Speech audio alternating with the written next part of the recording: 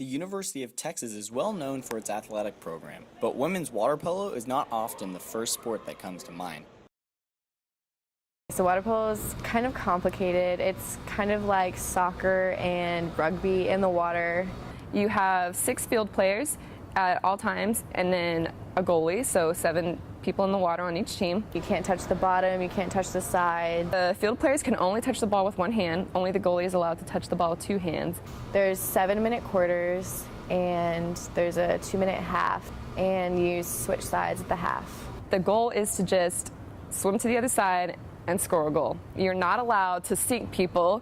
You're not allowed to beat them up, like contrary to popular belief, only if you do it underwater and if the ref doesn't catch it. If you are on top of somebody and it does look like they're getting drowned and they don't have the ball on them, then you're going to get a foul. It kind of depends on your referee, but general rules are you can't touch a person unless they have the ball and you're going for the ball. You have to go for the ball, not for them. But it's very contact sport, and yeah, people will grab you underwater a lot of times because the ref can't see. If you interrupt somebody while they're in motion to take a shot, you're going to get ejected. And if you get 3 ejections in a game, you are fouled out of the game. And if you do a brutality, as in literally punching somebody or biting them or scratching them, then you're just kicked out of the game. Water polo is really contact oriented. You're constantly being touched by somebody or being kicked by somebody. And there are 2 different types of girls. Some girls are nice and they're like, oh, I'm sorry. Like every time they touch you, they're just like, I'm sorry, I didn't mean to do that. And other girls don't even care. And they're the ones yelling at you. So yeah, you get used to getting scratched and kicked and elbowed, and it's part of the game. I would say anywhere from 1 to like 7 is a general score. It really depends. It could rack it up to 15, 18, 20, but it's usually pretty low. Women's water polo at UT has had successful seasons in recent years as a club sport and was looking to continue their success with an invitation to the national tournament for the 3rd straight year in a row. To end the regular season of conference play, the Lady Longhorns hosted the last tournament of the regular season the weekend of April 13th and 14th, 1 week before the conference tournament in Houston. The tournament would determine the seeding for the postseason playoffs, and with a 3-way tie for first place, Texas wasn't the only team looking for a trip to nationals. Heading into the last tournament before the conference championship, Texas State, Texas A&M, and the University of Texas were all in a 3-way tie for first place with 3-1 records. Jesse Coverman spoke about UT's preparation for the first game of the weekend. Knowing that Texas State was our first game this weekend, we really had to get prepared mentally to come into the first game of the weekend ready to play from the first quarter. Defense was going to be the main key to winning this game.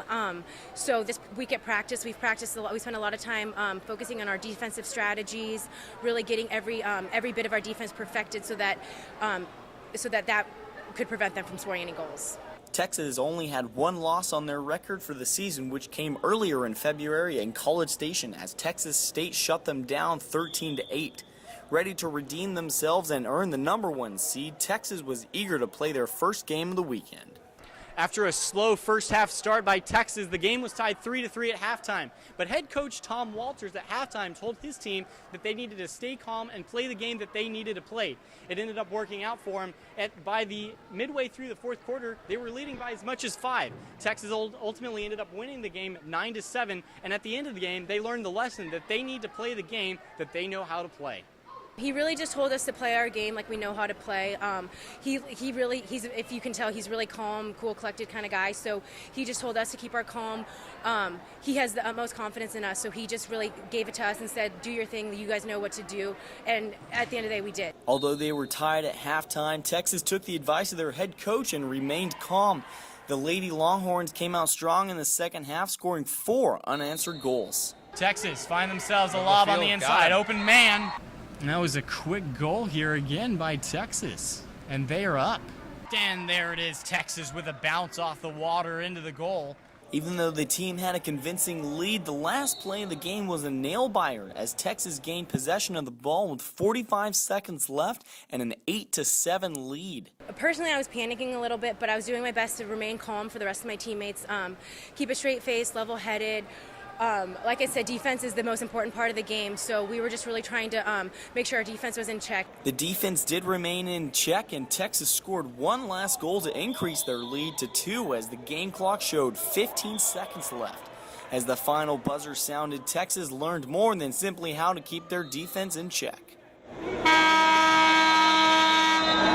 I think the most important thing that we learned was a little bit of we got scared a little bit, which just always keeps us on our toes. We have been for the past 4 or 5 years the best team in Texas, and so at times we can get a little cocky and get play lackadaisical because we are relaxed in our game because we were so much better than the other teams. But this game, by keeping it close, it really reminds us that we always have to play our best game because we're not going to win easily every single time. So our regional tournament was at Rice, and our first game was against Texas State. That was an awesome game. We beat them by a good margin, and then we played A&M for the championship, and that was a high intensity game. It was constantly back and forth. They scored, then we scored, then they scored, then we scored, and at one point we were tied in the fourth quarter with 2 minutes left, and everyone was biting their nails on their seat, and we ended up losing 8-10. But it was a hard-fought game, and it was a great season, and everyone was very happy and very proud. I think it was definitely a recovering year for us because I think they lost some upperclassmen girls, and their team bond had been really strong, and then we had to work hard to fill those gaps that the other girls left. And it's difficult when you're new on the team, and those girls had a lot of experience, but it was definitely fun and a learning experience to get up our game to be able to help out the team. I think our goal for next year is to win regionals again so we can qualify for nationals, and to just build our teamwork, because there are still rough edges around where girls need to realize, or girls need to work in sync with each other. We need to have more communication in the water so we can all work together, so it can be a team instead of 6 individual people in the water. I'm not sure water polo becoming a Division I sport is going to happen anytime soon, but if it did happen, I think that'd be a great thing, because it just mean more money in for the university, because people are becoming more aware of water polo now that they've seen it on the Olympics and it's getting much more coverage.